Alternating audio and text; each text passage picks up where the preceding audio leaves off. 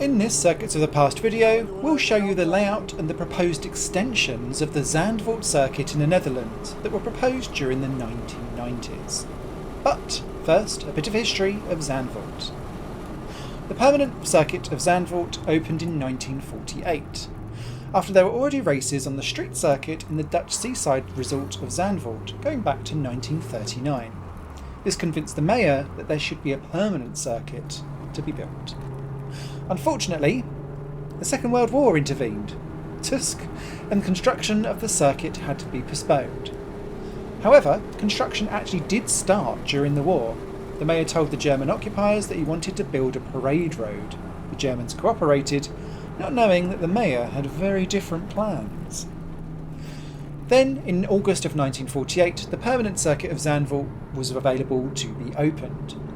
The original layout was very twisty, but also very fast at the same time. Zandvoort hosted Formula 1 races from 1950 right the way up to 1985. For safety reasons, chicanes were built in 1973 and 1980.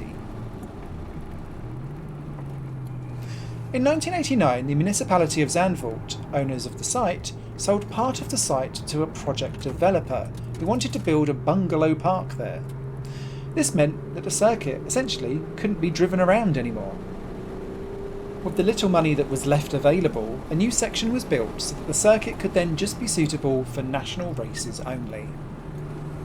Even before that sale, the circuit was already in financial trouble, and it would have been very easy to lose or close Zandvoort for good, and we'd never have heard anything more of it afterwards.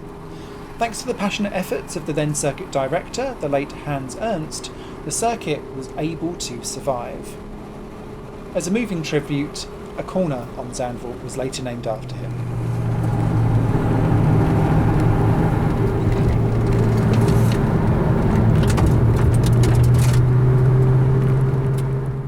In the 1990s, mainly club races were being held at Zandvoort, which was only 2.5 kilometres long, or short really, at that time. Part of the old circuit was left abandoned, while the bungalow park had risen on the other section. Plans were then made to extend the circuit once again, with part of the old circuit being put back into use and reclaimed. The ultimate dream was to bring Formula 1 back, but that dream seemed so far away in the 1990s. If you'd have predicted that Formula 1 would be back 30 years later, you'd have been probably taken away in a straitjacket. In fact, you'd have probably been screaming, "They're coming to take me away!" whilst bouncing along to the beat of Super Max Max Max. During the 1990s, several plans were presented to extend the track. On the site of the old Marlborough corner, they wanted to build a new faster corner. In later proposals, this was changed into a chicane.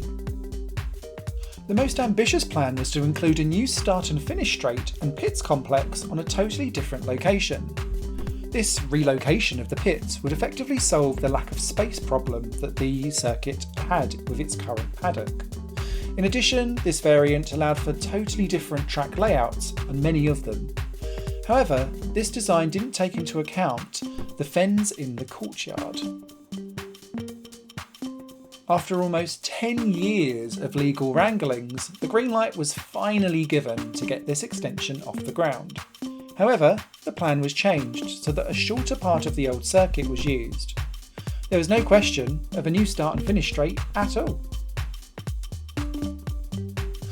Construction of the new circuit began in 1998, and the new circuit was opened in the spring of 1999. And simply, the rest is history. Due to the success of Max Verstappen, Formula 1 became extremely popular again in the Netherlands, and there was another call for a Dutch Grand Prix. Formula 1 returned back to Zandvoort in 2021. However, some changes had to be made to the existing circuit, including the construction of 2 banked corners.